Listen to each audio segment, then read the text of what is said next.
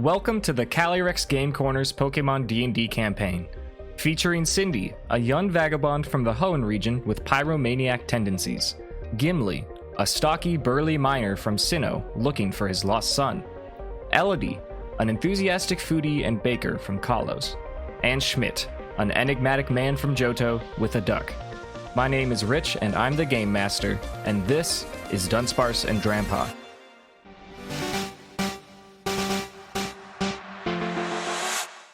It is Fall Arbor Town. It is about midday. It's about noon. Cindy and Gimli are separately, but arguably within earshot of one another, training their Pokemon in the forest that is slightly to the northwest of Fall Arbor Town. And Schmidt and Elodie, unbeknownst to each other, are having a good old time at Mr. Mimosa's, downtown Fall Arbor Town. Elodie found herself at Mr. Mimosa's after the gym challenge because it sounded like a fun or otherwise cool place to go. And she might be having too good of a time. She has rendezvoused with some old friends that were made the day prior, Archie and Maxie. She may have, in fact, crashed their brunch date that they were having. She's been enjoying some hand-squeezed mimosas with her friend Archie, and Maxie is kind of sulking to himself at the next stool over. Archie turns over to Elodie and says, Wait, have you heard this one? Okay. If a Sharpedo had feet, what would he use to count his steps? what would he use? Maxie, do you know? And Maxie looks over and he sighs and he says, a Sharpedometer. And Archie goes, and he's just cracking up, fist slamming the table. Mimosas are splashing all over the place. Maybe a little bit splashes up on Elodie. And they're having a rousing, excellent, good time. I'm going to ask for a perception from Schmidt. That is 17. 17. The raucous laughter that comes as a result of this Sharpedometer joke. Schmidt, moments after something intriguing catches his eye outside that he doesn't have time to ask Sam about, he turns around to the sound of Archie cackling and notices a familiar figure next to him being Elodie, who seems like she may have had maybe a little too much to drink. Does he have any sort of response to that? Does he try and ignore what he saw? Because he's with Sam, right? I think he would nod to Sam. If Sam did not notice, he would make Sam aware. Be like, hey, is that Elodie over there? Is Sam aware? Yes, she is. She squints a little bit and she turns her head to the other side of the restaurant. She says, yeah, looks like Sam to me. It looks like she's with those two guys from yesterday. Oh, yeah. Should we go over or just leave them alone? They look like they're having a time. We can leave them be. She says, okay. And she continues to sit across from you and enjoy her mimosa. As described before, this restaurant is mostly staffed by Mr. Mimes. They're wearing little aprons and they got big old hands, and the ones with the biggest hands are in the back on the other side of the counter, and they are just demolishing these oranges into collection crafts. It's insane how well they can squeeze them. On the opposite side of town, out in the woods, Gimli is training with his team, and he notices something strange. As they are moving rocks around, hitting trees, pulling up grass, just being rowdy Gimli Pokemon in general, Bean takes a moment and he stares at the XP gourd in his hands, and he shows emotion. He gets angry and he throws it on the ground and he looks up at Gimli with a furrowed brow. All right, buddy, you don't want it? Bean shakes his head fervently. He's done with it. That's fine. I'll take it back, bud. You don't have to be so mean about it, though. He starts tapping on Gimli's calf that's about as tall as he reaches, and looking at Gimli, he's expecting something from Gimli. Does he want his club back? Maybe. You can roll for it or just give it back. I was like, oh, you want this back, bud? Here you go. As you hand it to him, he jumps and grabs it, and he holds it tight, and then he is more calm like before. It seems like all of Gimli's party is experiencing a pretty significant little level up. Little level up. Pretty close by, a little ways to the south. Cindy's doing much the same. I would kind of want Cindy to just roll a general dexterity check for her party's sake at the moment. That's a 7. That's a 7. Okay. Gimli pretty immediately clearly notices the scent of smoke. There is a part of this forest that is getting a little toasty, a little singy.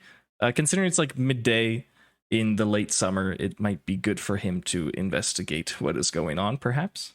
They certainly will. Okay. The scent of smoke is almost iconic to Cindy at this point as Gimli charges over to intercept whatever Cindy action is happening. Cindy's Pokemon are doing great. They're doing much the same as Gimli's, but in their own Cindy fashion. They're mostly just identifying shrubs and lighting them on fire. Larvitar, unlike Gimli's Larvitar Bean, is actually not entirely done with the XP cord. They don't mind holding on to it at the moment. But Cindy is just kind of smiling and giving commands to her team as they just light various grasses and brushes on fire. We will say that Gimli intercepts the scene. Cindy! Why are you lighting things on fire? To get strong. Do you have a means to put out the fire when you're done? Can like smog put out a fire by like taking the oxygen away from the fire? That's a pretty creative idea. Izzy can try for sure. Do you want to make that attempt? Pretending in front of Gimli that I know exactly what I'm doing and that I'm 100% sure this is gonna work. Yes. Okay. I'm gonna try. Just give me a dex for Izzy. See if Izzy can figure it out.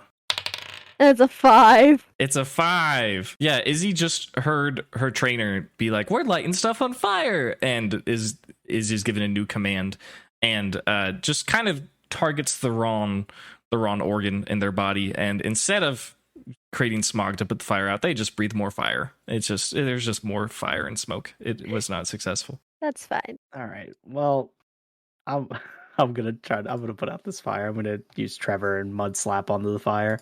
Okay. You probably don't need to roll for that. I think Trevor. Yeah, I don't think so. Yeah, I think Trevor just I does destroyed it anyways. Yeah. He just does it. Yeah, you're fine. Trevor gets to work in cleaning up the mess that Cindy's team is making.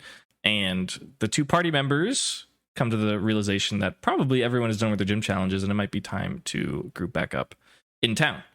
I'm kind of forcing that on you unless you have a different plan. No, that's fine with me. Okay. I would like to, at least if not on the way back to town, like not too far out of the way, like try and pick some berries. Sure. Yeah, give me a nature check on your way back. See if you catch any. That is a dirty 21. Nice. Well done.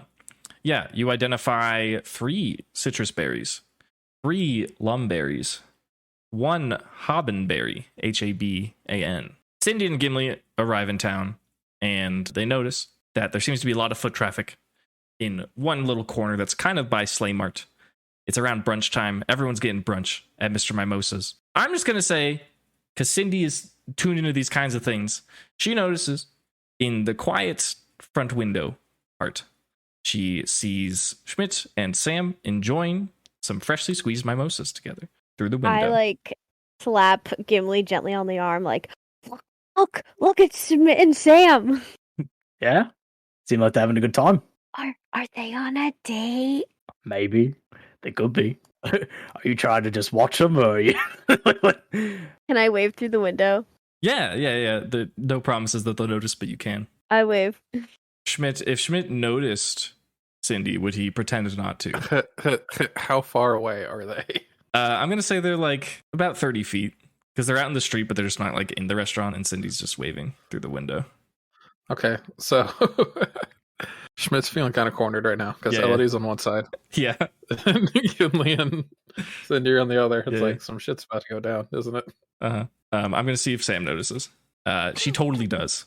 She turns her head and she says, "Look, it's Cindy and Gimli." And like Sam waves back to Cindy and smiles. Yeah, Schmidt lets out like a hey, and then like when he's sure Sam isn't looking at her, he just lets out a like, "What the fuck are you doing here?" That we can't hear through the glass, but sure. I'm sure you could like see his face. Let me see if I do. Hold on. I do. Yes, very much so. I got an 11. Do you like see? No, I just did a dice. I did a d20. I didn't even add anything to it. For what? What were you doing? This needs to be an opposed check, right? Yeah. No. See if we notice Schmidt being like, "No, cut it out." Can we do like an opposed check? So like my intimidation versus their perception. Yeah, that sounds like fun. I mean, I already have my roll, so my perception was a 22. Okay, yeah. Without a shadow of it. I crit the intimidation. So. Ooh, natural 20. I think they're on a date. I think we should leave them alone. No shit. I mean, that's what I was thinking, but I was thinking that general, but he decided to sneer at us, so I don't know. Yeah. Meanwhile, in Mr. Mimosas, Archie smacks Elodie on the back, and he seems like he's telling a story. He says, "And I told Shelly that if she doesn't get that spiel out of my office, I'm gonna keelhaul her right off the ship, right off the poop deck." And Maxie interjects and he says, "I don't think you ever said that, Archie." He says, "Nonsense! Shelly and I always had that kind of rapport, if you know what I'm talking about." And is like hitting Elodie maybe a little too hard as he's telling this story. Do you have anything? What would you say if someone was telling you a story like that and you were Elodie and you were drunk? She's probably just still laughing, probably wincing from being attacked by this large man, but mostly laughing. Okay. And any thoughts or flavor on what Cabbage might be doing in this moment? Cabbage is probably chilling. She's, I think I said last time, she's probably like chilling with the mimes, like checking out how they're making the mimosas. Yeah, that's probably what she's doing. Okay. Have Cabbage roll a little charisma check for vibing with her fellow fairy friends.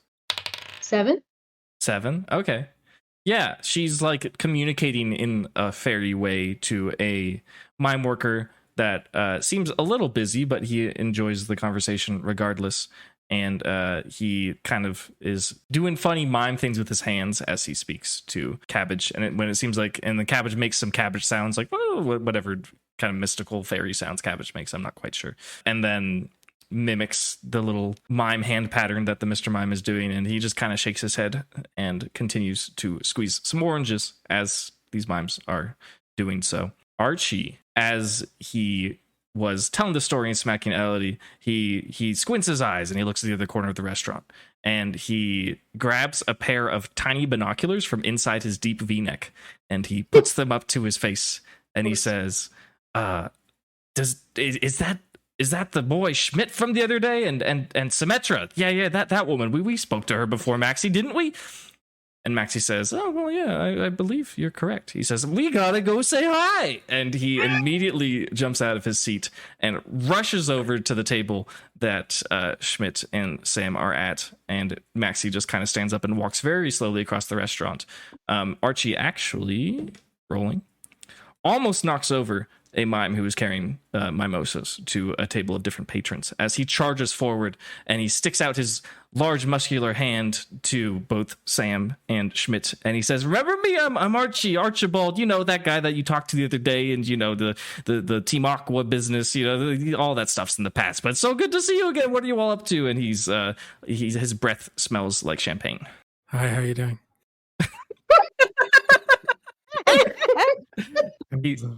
He says, "What's that, boy? I couldn't hear you, son." And he's like shouting, like right in your face. He like, as the hand is like offered to him, Schmidt like pinches like a finger and like starts to shake it like that. Like a princess. It's just like like he doesn't want to shake the whole hand, so he's like just pinching one of Archie's fingers and just like shaking the hand up and down. Yeah, one of Archie's fingers is about the size of 2 of Schmidt's anyways, so it probably works out. So. And he kind of nods and acknowledges that that's where Schmidt's at. He says, "All right." And he reaches for a handshake from Sam, and she gives him a full one, but he probably like yanks her shoulder a little bit too hard. And he says, "You guys got the window seat. I always like this one. I mean, I always like being really close to the mimes because it's where the booze is at. But like, I also want to be right up front. We can people watch out here and look." And then he looks outside and he sees the other friends that are just kind of standing and watching and have not come inside. And he says, "Wait a second. I thought you were all together. Why did they come in? Come on." And he's like gesturing with his giant hand. He's swinging it over his shoulder, like trying to get your 2 friends to come inside because he is clearly oblivious that Schmidt was trying to get some private time. Sam is laughing. She thinks it's silly. Cindy and Gimli, you see, who is unmistakably Archie from the day before, beckoning you to enter Mr. Mimosas. Do you do so? Absolutely. Yes. Elodie, do you chase down Archie and say hi to Schmidt and Sam, or are you going to keep Maxie company while he kind of lingers behind? I'll probably linger with Maxie at this point. Okay, yeah. Maxie got up to like follow Archie, but then when he saw he almost knocked a mime over, he kind of turned back around and he occupied Archie's seat that he left behind that was next to you. So now he's sitting next to you and he says, I'm so sorry for his behavior. Sometimes, I have a lot of fun, but it can get a little out of control. No, great. Having a good time, mimosas. It's awesome. He says, "At least the jokes are funny," and he takes a sip of his Mr. Mimosa awkwardly. He's been nursing a single one this whole time. Based on the evaluation that we made at the end of your gym session, you've had a couple, but you have no food in your system. Just a note for the next several minutes, hours of playtime, because you rolled a natural 1 on your con save, you are essentially poisoned because you have consumed alcohol. So while you will not experience damage over time, all of your checks and anything you do is at disadvantage for the time being, just as a heads up. Awesome. This is great. Cindy and Gimli enter. Where do they go? Can we try to like get Archie back towards the bar so Sam and Schmidt can still have like a semblance of Try to I think It's time. just out the window by this point. Yeah, you can absolutely attempt to do that since you recognize from Schmidt's glare before that is absolutely something you may do. Archie, where's Maxie at? Did you bring Maxie here? I want to say hi to him. Archie turns to Gimli and his eyes turn to stars as he's like, "Right, the man of my life. Where is he?" And he like gets all excited and he spins his arms around. Yeah, let's go to him. Let's go find him. He almost smacks right into Sam's face as he stands up and spins around, but he does not. And he pulls out his tiny binoculars again and he surveys the restaurant. And then he finds Maxie sitting next to Elodie and he points. He says, "There he is!" And he just kind of charges forward, ignoring anyone who may be in his path. Do you follow? Yes, and I give Schmidt a thumbs up as I walk. I was gonna say Cindy does the same thing. Okay, perfect. Group thumbs up goes Schmidt's way. He gives like a what's the word I'm looking for? Like a cringy smile. Yeah. I know it's just like he's actively cringing, and then he also like throws a thumbs up back. Yeah, you do that. And as Archie charges over, you notice that Maxie's there as well. And Maxie seems a lot more under control. So once again, Schmidt and Sam have some privacy. Before I rope in the other three into any sort of conversation, I would like to know, is there anything you want to talk to Sam about? I know we got a little bit of that before, but is there any kind of questions you want to ask? And if there is, I want you to consider that we can, because of distance, I'm happy to deafen or remove the other party members for these private personal questions. It could just be something you think about too while the other role playing's happening, and you can just kind of cut me off and say that you want that to happen. Hold on, and then I'll get back to you. Okay, yeah. Archie runs over and immediately bear hugs Maxie and lifts him out of his seat. And he says, "There he is!" And Maxie says, "You were gone for less than 30 seconds. And he's just kind of, he can't help but smile a little bit because this is exactly what he signed up for, is this kind of affection. Elodie, actually roll a disadvantaged perception. Got it. I got a 9. A 9. You notice Gimli come up. You don't notice Cindy, even though she's right there. But you see that some party members have returned to you. Archie puts Maxie down. And I'm go. gonna be like, "Oh my god, Gimli, what are you doing here?" But that's the same thing to you. What's going on? Just having mimosas. Yeah, I can Good see that. time. Yeah, you don't have to roll anything. Elodie is clearly pretty drunk. Yeah. Reasonable for like Drinking 1 a.m. going to bed after a night out on the town. A little excessive for like noon at a brunch place. Noon. Yeah, she's kind of out. But she's having a good time, and that's what matters. Archie puts Maxie down and he looks at the three of you and he says, "I understood you were going to challenge the gym that moved here. How did that go for all of you?" I was very It went successful. great. Amazing. Uh-huh. Oh, God. How many mimosas have you had? A few. It's not a crime. Oh, yes, of course. Archie heard like the answer to Maxie's question, and he only cared about what Elodie said. He said, "Amazing! What happened? You got to tell me all about it. I'm so excited. I love battles." Well, Cabbage was awesome. She's an Alcremie now, and she did so well, and I'm so proud of her. And Grape Juice too. She's a ground type now, so she did really well against all the electric types, and even Key Lime did a good job. I'm just so proud of all of them, and that we won. And I have 2 badges now, and yeah. Archie 3 puts. badges. Oh, that's perfect that you made that mistake. Archie puts his giant hands on either side of your face, And he gets really close to your left cheek, and he says, "Is grape juice a marsh stomp?" Yes. I love marsh stomp. And he gives you a little peck on the cheek, and he pulls away. What? This man is everything. Um, He has to be protected. Everything, everywhere, all at once. Yeah, it's true. Maxie, being the reasonable type, cerebral type, wanting to actually have a good conversation that doesn't get completely distracted by marsh stomps, asks the three of you, well, now that you've beaten the gym successfully, congratulations, by the way, what do you intend to do next? Well, we originally set out here to go Meteor to Falls? Meteor Falls. So I think we're going to start making our way out there pretty soon, as long as we can get Elodie in all sorted at some point. Archie says, what do you mean she's doing great? And gives her another hearty slap on the back. Yes, great in the head for sure, but the fine motor skills might be lacking. Elodie, do you need food? Yeah, I'm pretty hungry. We Yeah. should probably eat something. I love What do they- food. I love food. That's just the summary of Elodie, dude. That's just like... I mean, so good. Food is so good. Name your character 3 words. Yeah. I love food. It's so good. What do they serve aside from mimosas? It's kind of your classic brunch fare. They've got like sweet breakfast, they got savory breakfast, they got sandwiches. Want the Oreo Blast pancakes? They do have sweet pancakes. I'm not sure if they'd be Oreos. They're Oreos. They're like little cookies that have Oreo. like little bird shapes. And Yes. they're chocolate sandwich cookies. Absolutely. If Cindy's in. you're ordering a round of Oreo pancakes. At least for Cindy's ordering them for herself. Self, not around. Okay. Just for herself. Cool. I love it's just like, do you need food? Okay, I'm gonna get something from me. Yeah. Also a Cindy move right there. Good, order some. I'm gonna get these pancakes. What a teenager move, honestly.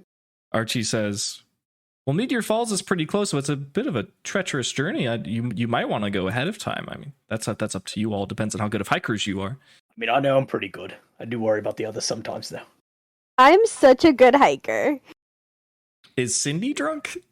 No. No, she's just naive. It's fine. The pancakes come, and Archie gets a little invested in trying to have some semblance of a reasonable conversation. And he says, yeah, there's a big thing happening soon. It's because, and he thinks for a bit and he points to the ceiling. He says, it's because there's this once every 100 years meteor shower that's happening tomorrow. That's what it is.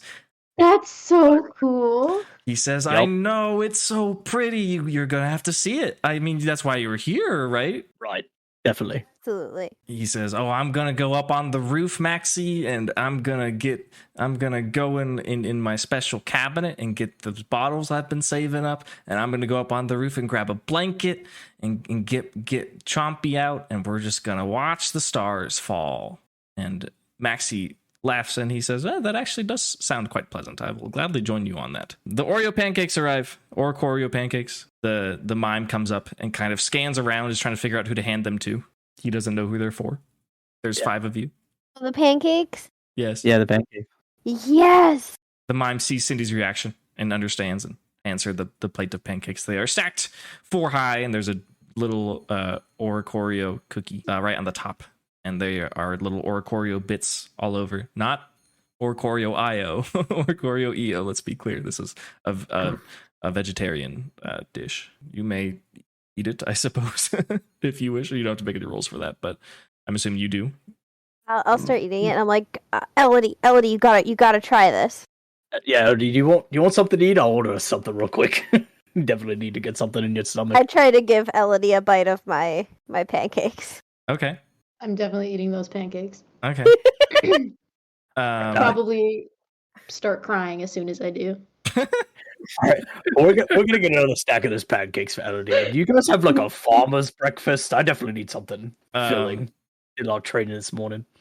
The mime gives a big nod and he kind of gives you a little big mime hand thumbs up, and he runs back to the kitchen, and he is doing some mime sign language to a mime who is working in the kitchen. You've only seen one human worker here, and it seems to be an individual who is like giving checks to people. It seems like all of the food service is being done by mimes. Very impressive. Doing such a good job. No need to, let time pass unless you all want to ask questions to Archie or Maxie potentially. Is there anything you want to bring up to them now that you're in a more casual environment, not in their home? Do you have any burning questions? You may say no. I just want to ask because I don't want to dominate this RP space. If any of you have any ideas at all of things you want to be doing at the moment, please let me know. I mean, I'm just looking to eat, so. Okay. Yeah, I think Cindy's traumatized enough. She doesn't want to pry. Understood. Fair enough. Yeah. The breakfast comes. It's for Gimli. It's your classic like eggs and meat and toast kind of thing. It's just it's great. It's classic, and it's pretty dang good. The food here is very serviceable. Definitely at least 7 out of 10. The mimosas are the specialty, but the food is not bad at all. Con check for Elodie at disadvantage still. Got you. When you roll a natural 20, but you are at disadvantage. True. 13. Just roll a second natural 20. Yeah, Oh, true. easy. Should have just done that. The overbearing sweetness of the pancakes does not make Elodie sick, which is very good. Let's go. And might be helping her condition a little bit. They are generally much sweeter than like what Elodie, professional sweets baker, would prepare. They're a little over the top because like there's syrup and cookies, like it's a lot, but she is drunk and it's great, so she cannot complain. It's great for Cindy because Cindy is a child, so she loves how sweet it is. You're enjoying your brunch. Archie keeps telling stories about his time out on the sea, experiences with his coworkers. You've identified 2 names that he keeps bringing up. Apparently, these are his best friends. They are Shelley and Matthew. He often finds himself saying Matt, and then he corrects himself. He says, "No, excuse me, Matthew." He wants to make it very clear that he's clearly having a hard time remembering to call him by that name. Maxie doesn't get a chance to really say much in this conversation, but he's smiling. He enjoys the company, but Archie's just kind of talking a lot about being out in the sea, his Pokemon friends. He loves the Sharpedo. He loves the little Carvana that he has back at home, and he is glad that he lives somewhere that is pretty close to the ocean. After some time, you all finish your meals, and Maxie looks maybe like a little bit antsy. Maxie kind of taps Archie on the shoulder and he says, I feel like we should check in on Edward. He likes to get outside and get his head stuck in the fence as usual. We should probably go take care of him. And Archie says, Edward's so resilient. He'll be fine.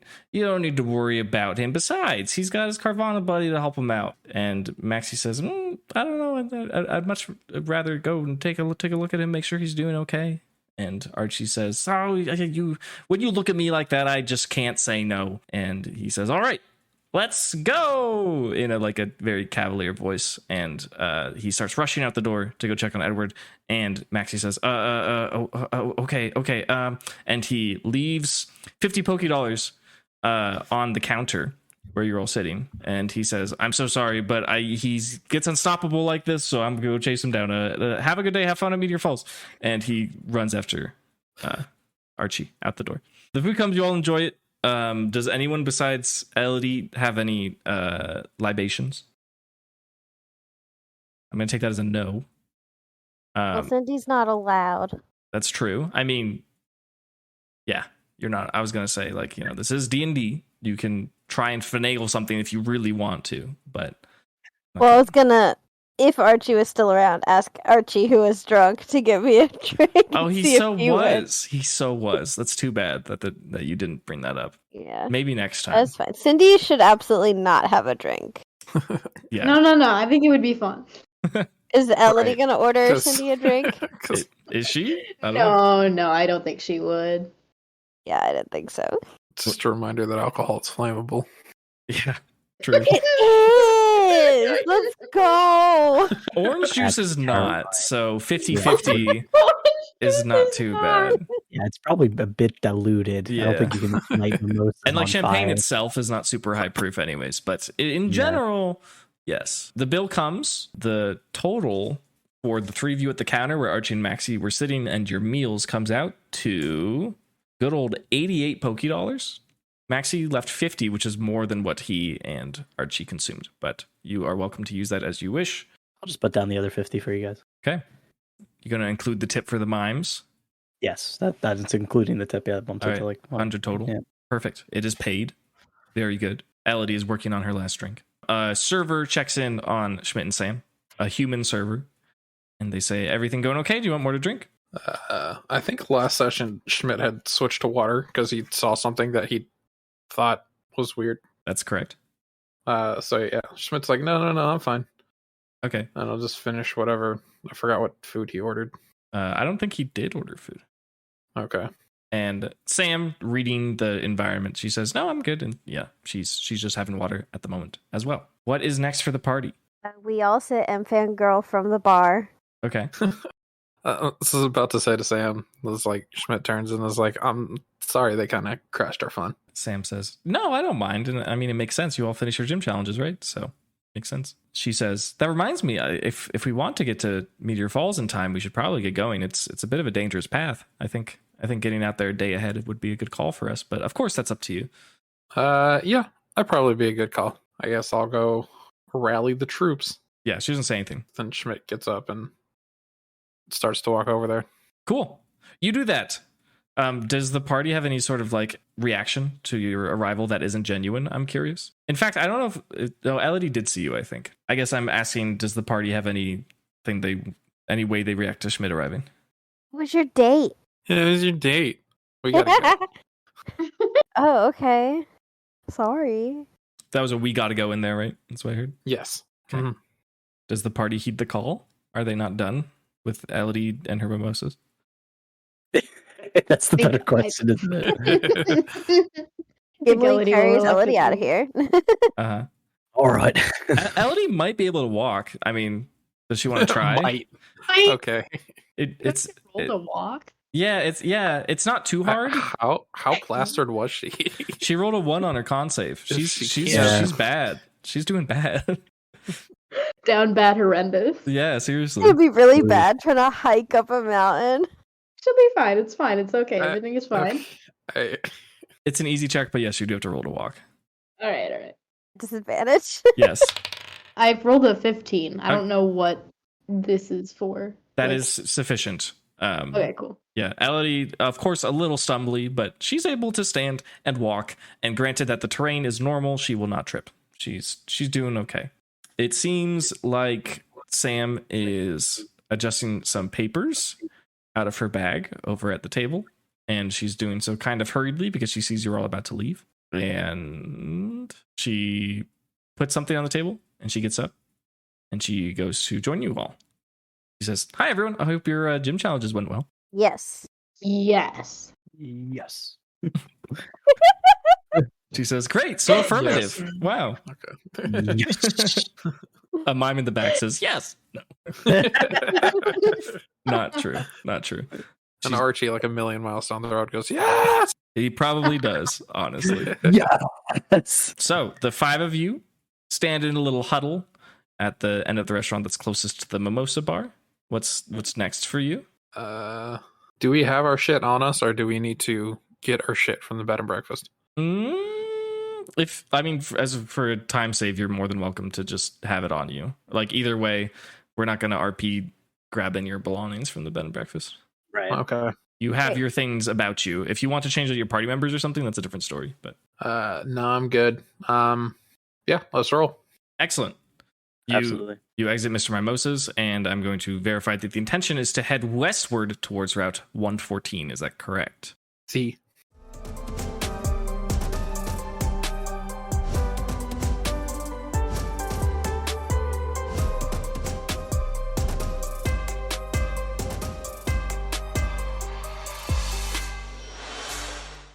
Okay. You do so. Yeah. The party's marching along. It's about 1 p.m. It's a little breezy. As you walk, you find forests to your north and south. There are tall mountains that are to the north that seem very rocky and kind of scattered and littered with little indentations on them. You find yourself moving through more farmland. There seems to be different crop than the experience gourds with Gretel on the route prior to Fall Arbor, but it seems like this is good territory for farming, obviously because of the volcanic soil from Mount Chimney that is now pretty much directly to your south. There's a straight walking path that goes through the middle of the farm. It's not like you're intruding. That just happens to be how it is built. There's a couple of homes that are scattered against the foot of the mountain. It's an overcast day, but it still feels kind of bright. It's one of those bright overcasts. It's a little windy. As you march forward, you hear the sound of running water. You have found yourself on Route 114. It is a mountain path, and to your south, you can see a very tall, kind of ominous-looking mountain. There seems to be a series of cave systems. You can see little holes in the sides that Pokemon or people have burrowed. And there are large craters that you can see from a distance. There is a bridge in front of you that crosses a running river. There are fishermen that are standing on the bridge. They're doing some fishing. And among these fishermen is a group of 3 familiar-ish looking people. Who might they be? It's too far away to tell. Will you investigate? Shiny gang, shiny gang, shiny gang. Perhaps. That's such a read. I really hope it is, because that's such a read. Okay.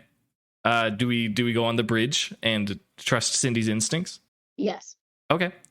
You walk All the over. way. You walk And past. it brings up the rear. Bringing up the rear, fair. You walk past. There's a couple different guys. They're wearing like red and white clothing, and they're sitting on little stools, and they have fishing rods, and they're just kind of and eagerly looking into the water. And as you approach this group of 3 perhaps familiar people, you see none other than Chris, Josh, and Raven. It is the Shiny Gang. Let's go. Yes. They are joined by Donut, the previously known Bulbasaur, now an Ivysaur. Donut notices you first, and he goes, "Meh!" and he throws his vines up in the air, and there are donuts on the vines, and he offers them to you immediately. Do you receive a donut? Absolutely. Absolutely. No. The synergy on the party, dude. That's crazy. It's bad for Schmidt's complexion. Yeah. Like the cookies from episode 1. True. As Donut makes the commotion and hands donuts to the ladies, Chris, Josh, and Raven turn around, and they say, "Whoa, it's the Quacko Packo. Hey, guys. Good to see you. How's it going?" Hey, Shiny gang. How's it going? Chris We're says, so good. "Oh." Chris says, "That good, huh? Wow, yeah, it's good to see you. We saw the news of what happened in Lava Ridge. You guys are heroes. We saw your faces, and we were like, we know them. Josh says, "Yeah, that was really impressive. I don't even know how you end up in that sort of situation, but you're all clearly very strong trainers." Yes, it was totally by happenstance and not our fault at all. Yep. It was completely Totally. random. Yep. It just happens sometimes. It's crazy. That's never happened Right, to you it's before. I like feel like something- that's a pretty common occurrence. That's not The something that unison of the even party dirt. here, dude, is like insane. That you're all like, yeah. And because you're all doing the same thing, they're definitely rolling insight on that. They roll pretty poorly, so they're like, "Wow, yeah, you would never. How could you even cause something like that to happen? That's wild. That's insane." Right. Absolutely. Yeah, they totally didn't. They totally believed you. That's crazy. Love to see it. Raven says, "The last time we saw you, we were looking for a specific shiny, but we just couldn't find it. Were you able to find it? The silver fox?" Oh no. Elodie starts crying. Turns out, guys, she's not shiny. She's just old. Are you sure you're not drunk? Not shiny, she's just old. I stand by that. Yeah, that's fine. I feel like that's something Cindy would. It's like, how else do you describe Zoe? Like, we know what it is. We know who. Right, but you're like, she wasn't shiny, she was old. So like, we're like, yeah, I guess we did find her, huh? You're just gonna Yeah. you're That's all very you say forthcoming about with that it. information. She died in front of you. Yep. That's why she didn't go into detail. It's just she wasn't shiny. She's just old. Great. Cindy We buried antics. her Do you say with that, pee. Oh my god. Oh my god. Cindy? Should she say that? Does she?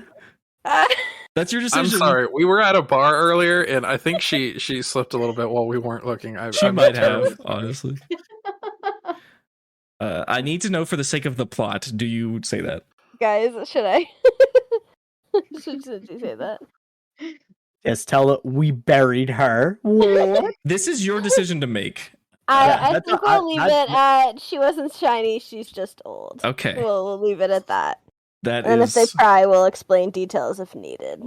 that is a reasonable RP decision. Yeah, Chris kind of looks at you quizzically and he says, "What?" And Josh says, "Oh, so you did find her? I thought she was a myth." Raven says, "No, I told you, she's real." Yeah, she's real.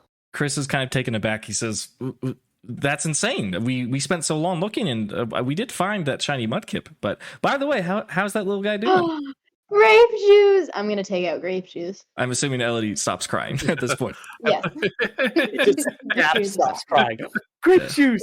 Just snap. Nothing but 180. grape juice. Yeah. Grape juice appears. Grape juice looks as great as ever, as always. Nice and hearty. Just helped earn a gym badge. And the shiny gang all kind of bunch up and they like say, "Wow, it evolved!" And they are all very excited. And Raven says, "That's awesome. It kept its color when it evolved. That's so cool." And Marshtomp is enjoying the attention. Chris says, "Well, if the silver fox is real, we'll have to go back and see if we can find them because apparently you did. But anyways, we're happy we ran into you. We're here for a couple reasons. For one, we heard a theory that fishermen tend to get lots of shinies because they always fish in the same spot, and there might have something to do with finding shiny Pokemon. So we're very interested. So we went to one of the most iconic fishing spots on Route 114 here. This is a very popular river." Josh says, "Additionally, there's a rumor that on nights of meteor showers, more shiny Pokemon appear. And furthermore, there's a waterfall here. And there's rumors about dragons living inside the waterfall. So we're trying to find a shiny dragon. So we're trying to get advice from these fishermen. And we got our own rods." And they all kind of like point at their sides. And it's true, they have some fishing rods. And they say, "I can't help but say, Elodie, with your shiny luck, I really want to see you hook a Pokemon. We got to see what it is. Do you want to do that for us?" Heck yeah. Oh boy. Elodie, do you know what to fish on? I could show you. Do you know how to do this? Can we position someone next to Elodie so she doesn't fall in? Yeah, I'll be right next to that. I used to do this to my boy. I can help you. Like, Yeah, used to go fishing back in the day. This bridge does not have any OSHA safety. It is just like a log bridge. There's no railings or anything. They hand Elodie a rod. It has a little bait on it with a Pokeball. And Raven says, "We have more if everyone wants to give it a shot. We don't have a lot of bait, but we have enough for each of you to give it one go." Absolutely. Cool. I'm from Connor Lab. I've done a lot of fishing. Great. Does Schmidt do it as well? I don't. No, probably not. He's just going to watch? Yeah, that's the city boy. Goldenrod is Goldenrod. I was gonna say it's technically on a coast, but I don't think Schmidt would have participated. But it's very Metropolis. Yeah. Yeah, that's fair. I don't think he would have either. Sam takes the opportunity to give it a go herself because she thinks, why not? Sounds like fun, and shiny Pokemon are interesting. So, Okay. If Sam does it, then Schmidt kind of stands next to her and encourages her on. Okay. That's so cute. Ship it so hard. Great. Everyone give me 2d20 rolls. You do need to say them out loud because I want the listeners to know, but also maybe plop them in voice text. 16, 13. I got 2 11s. Okay. 14, 12. Am I rolling as well? Or Sam is, I guess, unless you want to, just because. Oh, Do you want to roll for 11, her? 11. 17, 12. Good year. Good rolls, team. 17-12 was a good year. Yeah. I don't know. What That's a happened. good year. I was there. What happened in 17, 12? Now I want to know. Great. Cindy's line goes out. She casts it. Because of this raging river, it seems like there's probably a lot of life in it. Probably a lot of water type Pokemon. And the fishermen seem to be doing well that are on this bridge. So, after not much time passes, probably about 1 minute, Cindy gets a bite. She needs to make a dex save to reel it in. Oh no! That's a 4. A 4. Cindy pulls and tugs and she spins the reel, and right as whatever she's caught is about to break the water, the hook breaks loose and it swims away. Tragedy. Elodie's up. I was gonna say, does that not count as a survivability skill for advantage? Not advantage. You would get your proficiency. Okay. Oh, you have expertise. Pioneer, advantage on skill checks having to do with survivability. It's not I guess fishing is survival. It's fishing, It is. right? It is. Yeah, roll advantage. You get to roll again. Oh, please. You've convinced me. It's a 10. It's a 10? It's a 10. Okay. All things considered, as right as the hook is about to slip, it stays in, and Cindy reels up a jellyfish Pokemon. It is blue. It has little tentacles on the front, and it has red orbs of jelly in its head, and it looks angry at Cindy. Oh, no. What does Cindy do? Oh, no. What does Cindy always do? I don't want to kill it with fire. Hello, kitty. There is. Oh, yeah. That Kitty is a is very... set it on fire. Even though Cindy is, like, disgusted by this thing, because even though it's, like, not a bug, it's still very something Cindy not a fan of. Uh-huh. So she's, like, trying to pretend that she's a fan. It's like, hey, buddy, how's it going? It is not. Well, roll charisma. Roll charisma. I got Movement handling's a +3, so that is a 16. 16. Tentacle changes its face from "I'm going to kill you" to "Please return me to the water." He's not shiny. He's just normal. His orbs are red, and the shiny gang do not seem particularly impressed. All right. Like, cool, have fun, bye-bye. And I just, like, Cool, bye-bye. let him go. Tentacool, bye-bye. Okay. You do that. He splashes into the water, and then you can see him kind of move like the way that a jellyfish does, very undulantly, back to the point, into the depths where you cannot see that tentacle anymore. Elodie, using those two rolls, has generated a catch on her line. However, Let's go. she's a little tipsy. She has to make a disadvantaged dexterity check to reel it in.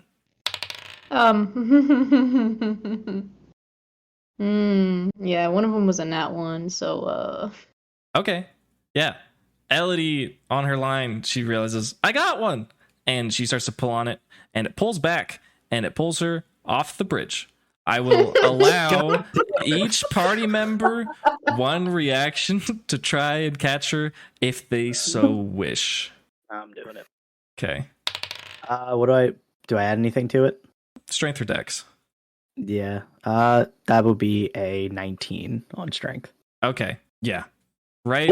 Yeah. Gimli was prepared for this. His dad instincts kick in, and he manages to grab Elodie before she gets pulled in. I do need Elodie to make one more disadvantaged dex check. got you. Don't you slip out of my hands. I swear to God. Yo, it was a 6 and a 9. Let's go. 9. No, it'd be 6 though, right? Yeah, but my dex is +3. Oh, got it. That's why. Yeah. Elodie almost drops the rod she was loaned, but she does not. And it is still pulling. So there's potential for Gimli to kind of take over this. He has one hand on Elodie's leg, and he has one hand on the rod that he was holding. What does Gimli do in this situation? Elodie is being pulled by something strong. Yeah, someone take my rod. I gotta lift her up. It's rough. Okay. Any volunteers? I'll grab the rod. Since I'm done, I can hand mine back to the shiny guys Great. and hold Gimli's rod. Okay, you do that. Gimli is now reeling in a fish from the rod that Elodie is holding as she was thrown off the bridge. So make a strength check for that. Yeah. Dirty 20. Dirty 20. Yeah. Impressive. Yeah, you yank Elodie back to the bridge, and coming out of the water, connected to the other end of the rod, you see a fairly large, fairly noodle-like Pokemon. It has a stupid little blue face, and it's got like little whiskers on it, and it splashes back into the water. It's trying to swim away, but it's still hooked. However, Elodie is safely on the bridge, and you can potentially take the rod from her if you wish. You want me to reel this in? It's your rod, Elodie. I'm gonna reel it in. Okay. Okay, yeah, great. I'll take care of it. One more dice roll for you. Mm-hmm. It's going to add your dex. I know it's not high. But 15. 15. That is going to be sufficient. Gimli pulls on the line, and he spins the reel, and he pulls up again like a little loach kind of Pokemon. It's squirming, and it looks like it's pretty big for its species. You don't have a good gauge. I mean, you've probably seen these in Sinnoh. you could probably roll for it because they're a native to Sinnoh. It's a barboach. What more do you want? It's a little barboach. The shiny gain does not particularly react to it. It seems frustrated. It's powerful. It's large and powerful. All right, little guy. It's just kind of squirming and making flopping sounds as it does so. Well, buddy, you can go back or you can get in the ball. Your choice. It's you can roll for that. A charisma or Pokemon handling to see the reaction. Charisma was a 21. Great. Barboach is not opposed to the idea of getting in the ball. It likes Gimli's authority. It was not fond of Elodie's weakness, but being held on the line by Gimli, it seems appeased. I'm like a big and strong friend. No worries. Here's a Premier Ball. Great. He smacks it with his loachy body, and because he's been thoroughly convinced, you caught a Barboach. Congratulations. Noodle. A noodle for sure. Pokeball wiggle wiggle. I'm not sure who you have on you. I will send the Barboach back for right now. Okay. Very good. We'll just go to Sam's here with Schmidt. I will roll the dex check for Sam, but I'm going to use the encounter generation that Schmidt got. Okay, she passes. She's pulling on the line. She has a hook. It's coming up. She's yanking on it. Something's going to pop out of the water. What's it going to be? Whatever it is, it's incredibly round. It's incredibly blue. She yanks it onto the wood bridge, and it rolls around a bit, and then it flops, and it stares at her in a very cute way. It is a very spherical feel, and it is looking at her with like pleady little eyes, and she says, "Oh, that thing's pretty cute." Yeah? You want to catch it? She says, "I don't know. Frostbite's a bit of a handful. I'm not sure if I could raise something like that." It's just kind of flopping around. It doesn't even mind that it has a hook in its mouth. It's just kind of looking at it. Just like bleeding. Yeah. It kind of is. Yeah. It's oblivious to it though. It's just like, oh look, there's people. It doesn't look. It doesn't look very smart. You can conclude. I think it'd be worth it. I think you should try it. She says, "Okay," and I'll back you up. she says, "All right, we'll give it a shot." And she goes into her bag and she pulls out a regular standard Pokeball and she says, "Here goes nothing." She rolls it. Let's see what happens. It encapsulates the Spheal. It wiggles once and it wiggles twice, and Spheal comes out. It was not successful. Spheal looks up at Sam, and with its little puppy dog eyes and the hook in its mouth, and it kind of sits back on its back flippers and just claps twice. And it keeps looking at Sam, and she says, I knew it. I knew that wouldn't work." Yeah, you usually gotta weaken them first. She says, "How am I supposed to weaken this thing? Just look at it." You do that or you convince them. That's all I just did. Yeah, this is true. She says, okay. Gotta make that charisma check, homie. Right. You want to be friends? That's how it goes. Friendship all the way. Cookies also work. Cookies do work. Wait, do I have cookies? That's how I got Cookie. Don't y'all have donuts? We do have donuts, right? Oh, yeah, give him a donut. She says, okay. Blue, You got this. little blue round friend, do you want to be captured by me? Is what she says. She rolls for it, and she feeds the donut to the little seal, and it's just kind of vibing. No thoughts had empty, literally, just kind of staring at her. And she says, "Okay, we'll try that again." And she gets a regular Pokeball out of her bag, and she just kind of taps to the Spheal this time. It wiggles once and twice and 3 times, and it closes. Sam has a Spheal. Very cool. Yo! Hell yeah. Let's go. That's awesome. She holds up the Pokeball. She says, I did it, I guess. She says, Yeah. I think I'm an ice trainer now. And she kind of like scratches the back of her head because she realizes she has 2 ice types. Oh yeah, I guess you do have 2 ice types. Do you have 3? She says, no, I have 2.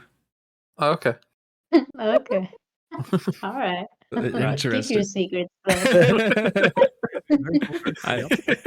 I see you. Sam might not think much of that, but I see what you're doing. All right, that's one. I'll do this. That's one. What an ice type. Cindy is holding Gimli's rod from before, and she gets a tug on the line that Gimli had. So she is going to roll dexterity for this last fishing encounter. 15 is still with advantage, sorry. Plus Dex, that is a 16. Okay. My other roll was a 4, so yes. Okay, that's a fun one. That's good. Cindy clearly has a catch. However, the tug of this one is noticeably different. Rather than feeling like something that's like swimming away, it feels like she almost just hooked like a rock or something. Does she in fact reel it in? Yes? Okay. She'll try. She does that. There is no struggle at all. She pulls up what is clearly not a fish. She pulls up a small little bipedal looking Pokemon.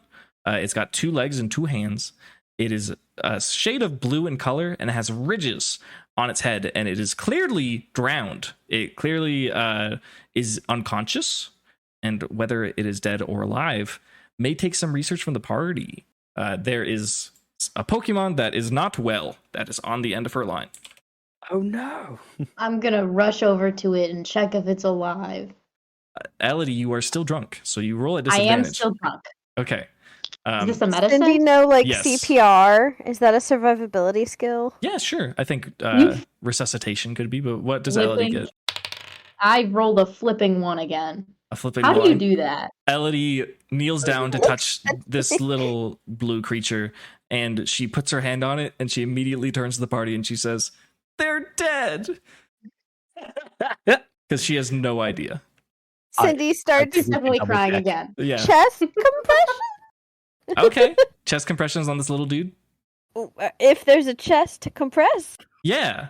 Yeah. As you turn this Pokemon over, you get a better look at it. Again, it's like bipedal. It's got stocky. It's kind of built like Larvitar. It's kind of built like Bean a little bit. It has ridges, hard stone-like ridges on its head that kind of look like a mullet. And you give it chest compressions. Give me a survival check. Plus 6, 18. 18. You press on its chest repeatedly for about 30 seconds or so. The Shenanigan is very invested. They say, "Oh my gosh, this thing okay?" And they press on its chest and they press on its chest, or Cindy does. And it coughs out some water. It goes, and as it does so, there's a tiny little bit of like embers that come out as well. And it quickly stands up and it looks at Cindy and it just bares its mouth, and it's got 2 little fangs on its lower part of its jaw, and it goes, and it's very, very mad at Cindy for clearly endangering it. You okay, buddy? Roll charisma. Nat 20. Wow. Let's go, baby. Yo. Okay. That's messed up. That's messed up. Yeah. This little 2 foot tall little beast lowers its head and begins to charge towards its threat. And then Cindy asks if this buddy's okay. And it looks up at Cindy with kind of pleading eyes and just kind of sits down on its fat little butt and just looks like it's crying as it looks up at Cindy with the very, very kind question that was asked to it. It kind of came to terms that it just had a near-death experience and that this strange human might have saved it. I give him a hug. I still don't know what it is. I give him a hug. Oh. You do that. As you hold his body, you realize he is very heavy. He is 2 feet tall. You could not lift him if you tried. He's a stocky lad. I'm just hugging him. Yeah, you do that. You also confirm that his head is very hard. You might describe it as a rock head. You draw the attention of a fisherman, turns around and he says, "Oh, I've heard about this. I've never fished one up, but this is true. You see that waterfall over there?" And he points over to a cliff. And he's kind of addressing everyone who's not Cindy. You do, in fact, see a waterfall. There's a waterfall. Yeah, it is there. True. He says, "There's a story that there's this Pokemon. I've never seen it before, but there's a type of Pokemon that wishes so fervently that it could fly that it jumps off that cliff over there. And there's all these indentations in the ground on at the other side of the cliff. But sometimes they get overzealous and they jump into the water. And with their tiny limbs, they can't swim." I think that's what you pulled up right there. You are embracing this little Bagon, and it is crying in Cindy's arms. Gone. It's a crying moment. Everyone's just observing the crying. Elodie, of course, crying again. Oh, yeah. Elodie's bawling. Yeah. Just witnessed the miracle of Cindy bringing a Pokemon back to life, because in her drunken state, that's what she believes happened. Yep, absolutely. It was dead, I swear. It was dead. I Now checked. it's I know alive. it was dead. I ask the Bagon if he wants to be my friend and hold out a premier ball. Okay, no question, he does it. I'm sorry. Oh, You crit the okay. charisma check and you turned a vicious dragon into a pleasant little lad or lass. We haven't rolled for gender yet. He taps his firm head into the ball and it feels like it's gonna break. It seems like most of his weight is on his head, and there's no wiggles or anything. You just have one. It just happens. Congratulations. Neat. My Uh, balls do start wiggling Yeah, though. you gotta wiggle. What are you doing? Wiggle. No. I just finally have everybody here. Larva Star is not caught yet. Let me assess my party. Let's send Jack to the box. Jack the Tor Cat goes back. Jack the tour cat, yes. Jack in the box. True. Jack- Yo. The shiny gang is very impressed. They said, "Wow, great catches," and they're like applauding. And they say, but we didn't find any shinies. I thought for sure Elodie would get one. Next time, for sure. Elodie, roll a perception. Got you. Disadvantage? Yeah, you're still drunk. Always. 24/7. Never stop, never stopping. I don't Never have a stop, never problem, you have stopping. a problem. 10. 10. I'm assuming you're on your knees because you were crying, right? Yes, Um, I am on the ground, for sure. as you're facing downwards and in your drunken state, you swear for a moment that below you in the water, you see a series of sparkles and a pink shape move quickly through the river. No, But you can't do this to me. who knows? Who knows what may No. live in the river? Who knows if what Elodie saw is actually there? Regardless, Elodie is going to gasp and excitedly point in the water and say, "Shiny?" We're gonna be like, yeah, sure. Can we get her some like water so she gets sober up? There's water everywhere here, Smith. No, Try to don't get drink that one. Drink the bottled water. The shiny gang observes and they said, I bet the legends are true. I bet there is one, but we'll just have to keep trying. Right, gang? And they all say, yeah. And Donut goes, nah, and throws donuts around. They politely ask for some rods back because you borrowed them. Do you return them? Yes. Yes. Great. They said, I'm assuming that you're here for this Millennium Festival that's happening in Draconid Village, right? Sam wanted to come and see it. They say, yeah, it's a big event. I think you'll be glad that you went too. Raven says, I know a little bit about the Draconids. They're native to Hoenn and they're usually pretty exclusionary, but over the past 10 years or so, they've been inviting tourism, which is very interesting. Josh says, yeah, it seems like a real change. I'm not sure what triggered it. Maybe you'll be able to find out more. Chris says, gotta be careful. A lot of powerful Pokemon reside in Meteor Falls. It's a bit of a hike to get up there, so best wishes to you. Thank you. And good luck to you guys. They say, thanks. Finding shinies is all about luck. And Chris gives you a thumbs up and there's a twinkle in his eye as he winks at you. Thumbs up back. Great. Go get him, bud. Excellent. They pull out their stools and they start fishing. Do you continue across the bridge? Absolutely. Yeah. Cool. Good little fishing encounter. Before you encounter the other side of the bridge, it's a pretty long one. You notice that there's a riverside house, and there is a woman on a ladder balanced kind of precariously, and she is painting over a symbol on the north-facing side of the house that she's leaning up against. Can I get history from Cindy? The Aqua logo. Okay, yeah, you don't have to roll. Someone Sorry. has vandalized this person's house apparently with the Team Aqua logo, which is I wonder who could have done that. kind of interesting. Crazy. Do you interact with this situation whatsoever? I don't know what to say to like not sound suspicious.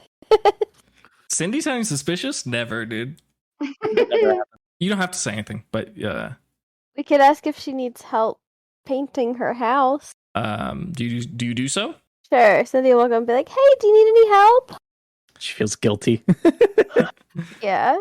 The woman you observe, she is wearing like a green or forest green dress, and she has like gingery hair. She's wearing glasses. She has a slim build, like as if she doesn't get outside very much, and her skin is very fair. And she is clearly not super balanced on this ladder, and she hears someone shouting at her, and she says, "Oh, hi. Yeah, don't worry about it. I got this taken care of." And she turns back around to finish painting over the vandalism, and she starts to slip. She's going to fall out of this ladder. No. Can I hold the ladder steady? You can. Or is that not helpful? It might be possible. Yeah, try it. Give me a dex to see if you know what you're doing. Can I Yep, send- totally. Oh, can I send Bird to help? Yeah, send a bird. You probably should. What bird do you pick? I'm gonna flex on the party, and I'm gonna use my new Talon Flame. Ooh, Ooh. Ooh. baby. Ooh. Meryl Cheap screeches out of the Pokeball for the first time. None of you knew it was coming. Talonflame, the new fully evolved fire flying type, screeches out of the ball and charges towards this mysterious woman, and blinding speed goes immediately up to her back, and then immediately just holds the wings out like spoilers, and then gently uses her talons to prop this woman back on the ladder. It was very impressive. It all happened in a split second. This I woman... also got an 18 for ladder stabilization. Oh, okay. Yeah. So. Talonflame is much faster than Cindy. That's a good out of context quote, I think. Cindy runs over and tries to stabilize the ladder. She doesn't have much weight to her, but it does help. She does help. This woman says, "Whoa, wow, thank you, trainers. I didn't really expect that. I'm sorry. I'm not good at this kind of thing. I just someone came by my house and they vandalized it. I don't know why, and they put a weird symbol here. It took me like a whole week to get the strength to go to the store in Fall Arbor and get paint that's the same color as my house. The first time I got it, it wasn't the same color, and it was just such a mess." She's just rambling. She is clearly not super socially capable, perhaps, but she's still really grateful to you all for helping her. She says, I gotta take a breather after that one. I thought I was gonna die." And she just like sits down for a second at the bottom of the ladder, and she says, "Whew, are you all from around here?" We've been traveling quite far. She says, "How far? Where are you from?" Well, we're all from all over the place, but gathered at Hoenn, kind of stuck here. So, we're traveling around together. It's been fun. I think Cindy is the only local, so... I grew up at the Berrymaster's house. This woman's eyes kind of light up, and she says, "Trainers from far away? Hold on. I never do this. Would you come inside with me for a moment? Hi, my name's Lynette. Hi, what's all your names?" Gimli? I'm Melody. Don't mind her. I'm Cindy. Okay. Hi, I'm Schmidt. This She's- is Meryl Cheap. She sees Meryl Cheap, and she says, "Oh," and she gives a quick little bow, very awkwardly, and she says, like, "Thank you for saving me." Does Meryl Cheap have any response to that? It's Some fine. sort of like acknowledgement. Yeah. Okay, a classic bird acknowledgement. Bird up, you know. Yep. Bird up. It's inside. Do you want some of my lads to come out and help finish painting your house? They're very good at chores. She says, "Oh my goodness, that would be so helpful. Could they do that? What kind of Pokemon do you have?" Send out lasagna. Sends out lasagna. Has psychic abilities. Picks up a bunch of paintbrushes. True. Does the party know about this? Does the Wait, what? No. describe this real quick, please? So this is just the flex episode. Yeah, so I'll send lasagna out. Lasagna comes out is actually Crustle with a giant gemstone like prism on top of him, and he actually gains psychic abilities because of it. So yeah, he has just crazy mental capabilities and is super smart, like kind of raising up to probably not Alakazam levels, but definitely Kadabra levels of brain power. So he's not actually stupid. Yes, this is a unique form of Crustle that is exactly as Gimli described. It can immediately without instruction, it can determine what's going on, why it was called out, and it immediately starts using its mind or its shell or something to manipulate the painting tools that Lynette left on the ground. Thanks, buddy. Have at it. Lynette says, "Wow, I didn't know Crustle could look like that." Neither did I. She says, "Okay, everyone come in, please. Let me do something for you." Does everyone enter her home? Absolutely. Okay. You immediately notice that it's the interior design is something special. There are boxes everywhere that are just full of stuff, full of computer parts, full of papers. She has 4 computers in the middle of her living room that are just kind of all set up there. They're connected with cables. Clearly something is being worked on. And then her walls are just lined with Pokemon plushes. Just so many of them.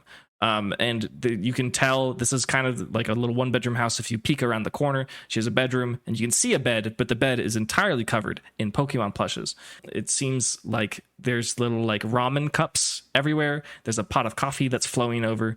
And she says, sorry, it's a little cluttered, but I wanted you guys in here. I got something interesting. But she says, first, and she runs over to her kitchen sink and she gets a tall glass and she's like, and she rinses it out because it's got like a little bit of soda in it. And she fills it with water and she runs over to Elodie and she says, here, I think you need this. Oh, thank you. That's very kind of you. It's fresh water, but it does taste a little bit like cola because she was drinking cola out of that glass. But I'm not sure if Elodie cares. I don't think she cares. She says, I know it's weird to invite you in like this, but I've been working on a project and I thought, the trainers from far away, this is like the perfect way to test it. So let me just show you. She rummages through a box and there's like cables all over the place and she's pulling them out and there's like a little spark. There's a zap and she says, ow, because it's just such a mess, such a tangle of cables. And she pulls out a peculiar mechanical looking gray slate that has a circular indentation. I would describe it as concave in the middle of it. And there's like a couple of buttons on the front. She says, this has been a little personal project of mine, and I've been wanting to test it for a while. Little known fact, I've been working with Bill from the Kanto region for a long time. We work on the Pokemon storage system. If you're trainers, you must use it, right? Oh, definitely, yeah. Yeah. Oh, yeah. She says, this is a little experimental. I know that it is entirely safe to use. I'm just not sure the consistencies of it because, well, I don't get out very much. So what this is I call it the Pokemon Box Link. And trainers should hypothetically be able to access their box from anywhere and be able to exchange Pokemon with it. I've been looking for someone to test this out, but I'm just not very social, and I was hoping maybe you could do me this favor. Definitely. Yeah, Oh, absolutely. She says, "Great! Gosh, this is so great. I wish I could repay you somehow, but I just don't. I don't have a whole lot." She's just kind of standing there awkwardly because she's very awkward. Me too, sister.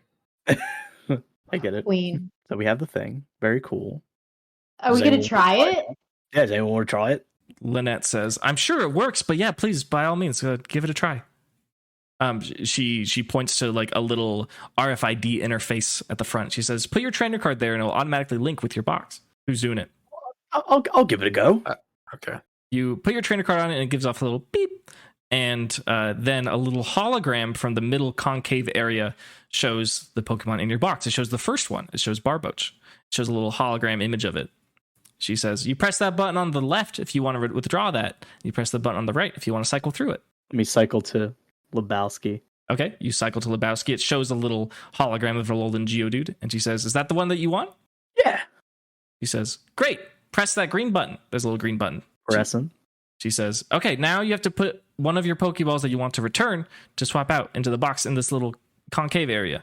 Right. I'll give Toidle a little break. She's been hard at work. Great. You put Toidle's ball in the little area, and then after a moment, it kind of vibrates, and then it disappears into cyberspace. And then reforming in its place is Lebowski's Pokeball. Seems like the transfer has been successful. Nice. Lynette kind of claps her hands anxiously and excitedly. She says, "Yay! I knew it worked. I gave it tests, but no, this is great. This is great. If you have any concerns about like your Pokemon safety, I know I've done this. This is the most important part of this research. Nothing bad will happen. My only concern is that depending on how adventurous you trainers are, it might not work in certain places, but that's exactly why I want you to have it. So if you ever have any issues, just, you can send me a message. If you use the box system from a computer, you can, there's a little place where you can contact me and just ask a Pokemon Center attendant and they'll help you out. And then just let me know when it doesn't work. And yeah. She's really nervous and excited and an interesting woman. Oh, this is very cool. Thank you. She says, "Thank you, and for painting my house. I wonder how that's going." She doesn't really know how to like end a conversation, kind of. I'll go check on my boy. I'm Me sure he's too, over. sister. It's just that's the Me Too sister. I get it. She says, "Oh, great, awesome, yeah, okay," and kind of walks back outside. I guess roll for lasagna just because it's fun and interesting. I'm curious. What type of roll? Just Let's do intelligence because this is like a human task, and they're using their intelligence to manipulate things with psychic powers. 30-20. 30-20. Lo and behold, lasagna has actually repainted the whole house, and it looks like way better than it did before. It had all sorts of like weathering damage and stuff. There were some loose tiles on the roof that have been repaired. And Lynette is like, "What? This is amazing! That only took like a minute." She crab rave, yeah. She cannot believe it. She says, "I'm gonna have to custom order a plush of this guy." And she like looks at it and she like looks like she wants to touch it, but she's scared to touch it. Oh, go ahead. He's safe. She says, "Okay," and she reaches out her hand to like touch the shell, and she's very nervous. And Lasagna is looking expectantly, knowing Lasagna can fully interpret the situation. Lasagna is like, "Yes, this girl is nervous and doesn't want to touch me." And so he steps forward a little bit to press his shell into her hand, and she says, "Ooh, so cool!" And she's just very excited. So, how long ago did this like graffiti situation happen? She said, "This is kind of embarrassing, but it happened about 2 weeks ago, and I left it up for like a week because I was too scared to leave the house. So I only just got around to it today. But thanks to you, I got it done really fast." No shame at all. It happens. I was just curious. She says, "Yeah, do you know anything about that symbol? I don't recognize it." She has no recognition of the symbol living in Hoenn? Yeah. Okay. She's a shut-in. Yeah. Yeah, she's a shut-in. She doesn't...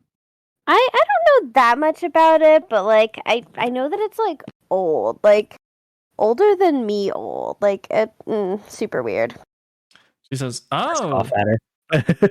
It must be something historical then. Okay, that's interesting. I wonder who would put it there." No clue. Gimli with the big sigh. Yeah. All right.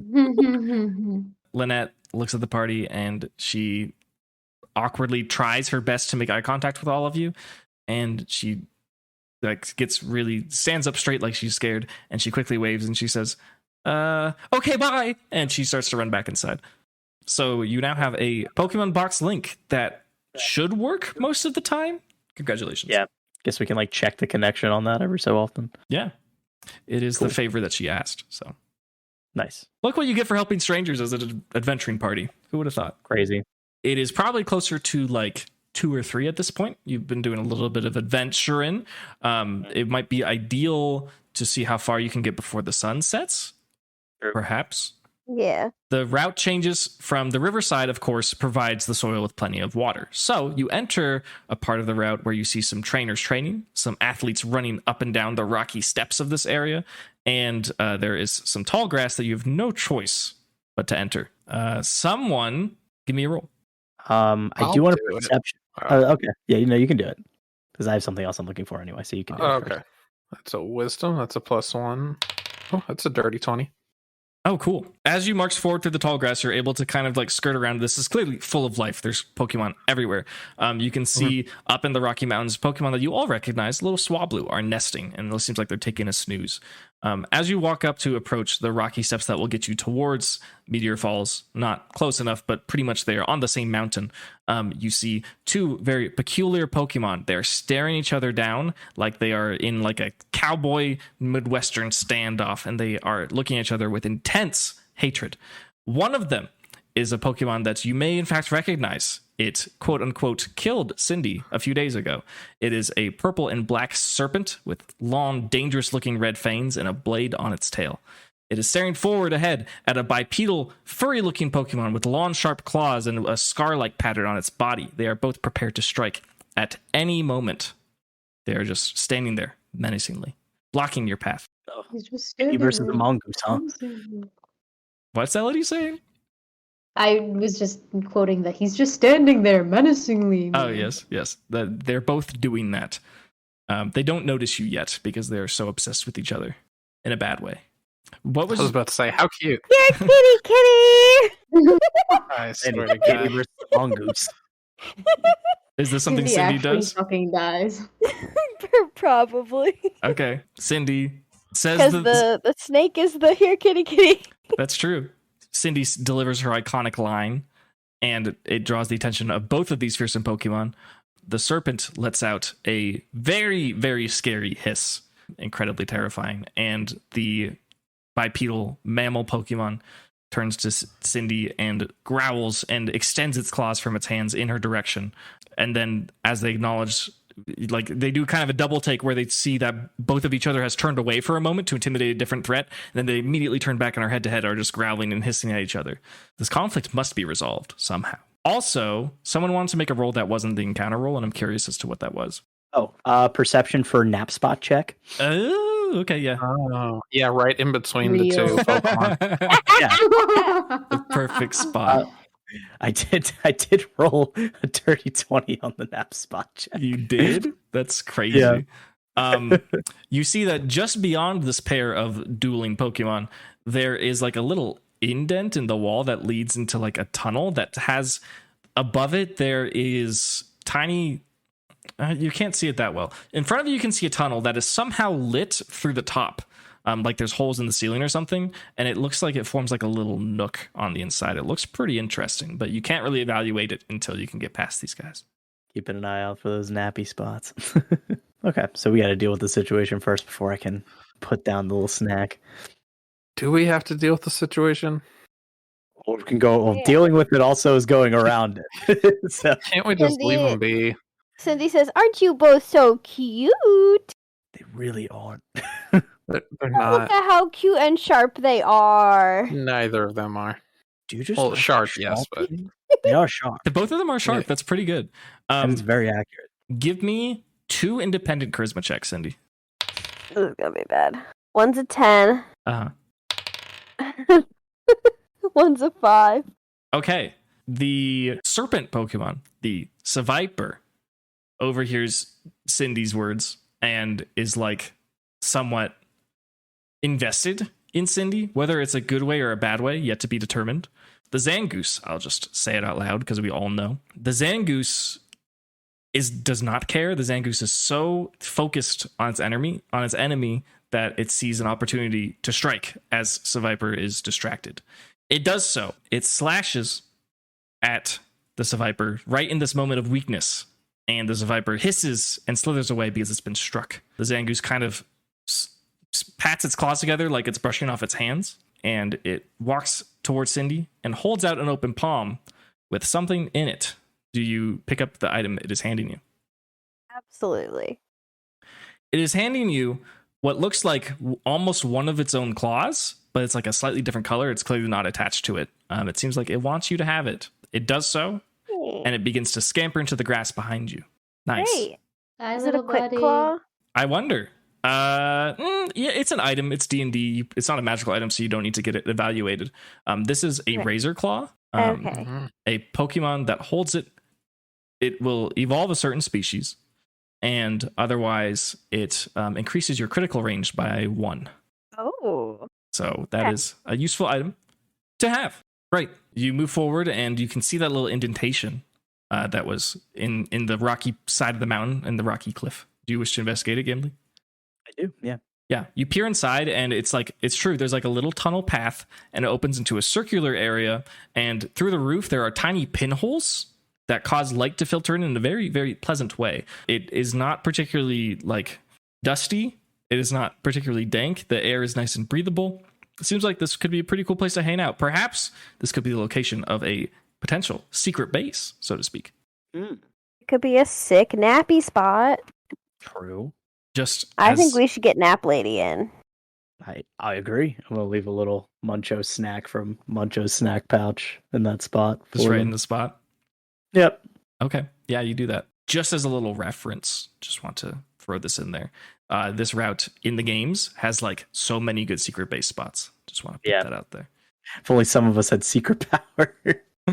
Yeah, I mean, it's probably obtainable. You can probably find a way to get it. You put the snack on the ground, and in a mere matter of like 6 seconds, you hear plodding footsteps. Like almost at the speed of like a horse clip, just like running straight towards you. And then, yeah, Elodie's laughing. Roll a dex check. Disadvantage. Okay. Oh, let's go 18. Okay. Muncho the Munchlax charges into the room, detecting the snack, drool slobbering out of its mouth, leaving a trail behind it, and it smacks directly into Elodie, who is drunk. And Elodie spins like in a cartoon. The momentum spins her like a ballerina, and she regains her footing, and she's very dizzy, but she does not fall over. It charges into the room and immediately starts on the snack on the ground. Muncho is so thrilled. Who comes in behind Muncho but none other than Lucy? She's out of breath. She says, Muncho, you gotta slow down. And then she looks inside and she says, oh, hey everyone, you're the Quacko Packo, right? Yeah, I gave you Muncho's treat bag, yeah? You did? She says, Spot this looks like a good spot. She says, I gotta say, this looks pretty nice. Looks pretty good.